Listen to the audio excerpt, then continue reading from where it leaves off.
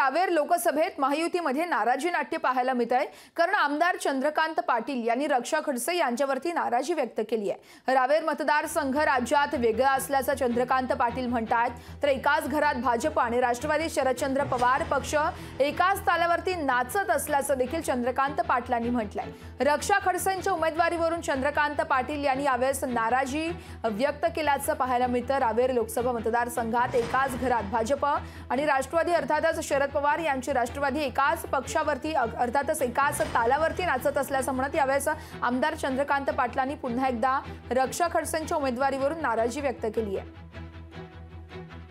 मुक्ताईनगर हा मला असं वाटतं 288 पेक्षा वेगळा मतदारसंघ असेल की या मतदारसंघामध्ये माननीय शरद पवार साहेबांना फसवण्याचं काम झालं। एकाच घरात शरद पवार साहेबांचे आणि एकाच घरात इकडे भाजपचे असे दोघी एकाच तालावर नाचताय। आणि आजची स्थिती अशी आहे की या मतदारसंघामध्ये जे उमेदवार दिलेले आहे यांना समोर पर्यायी शरद पवार साहेबांच्या पक्षाला उमेदवार सापडत नाहीये।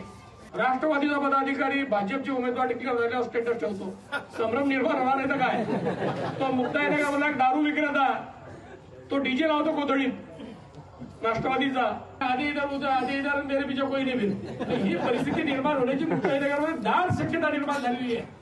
मुक्ताईनगरचे आमदार हे महायुतीतले आमदार आहे आणि त्यांना पक्षश्रेष्ठींनी ह्या संदर्भात काम करायच्या सूचना दिलेल्या आहे, कारण की ही निवडणूक काही फक्त रक्षा खडसेची निवडणूक नाही आहे। हे आदरणीय मोदी साहेबांना परत तिसऱ्यांदा आपल्याला प्रधानमंत्री होताना बघायचं आहे आणि तो संकल्प सगळ्या महायुतीच्या सगळ्या नेत्यांनी केलेला आहे। आणि जर ते महायुतीतले आमदार आहे तर मला असं वाटतं की त्यांनी त्यांचा वरिष्ठांचा आदेश पाळणं हे त्यांना गरजेचं आहे। लोकशाही मराठी ऐका, पहा, जागरूक रहा।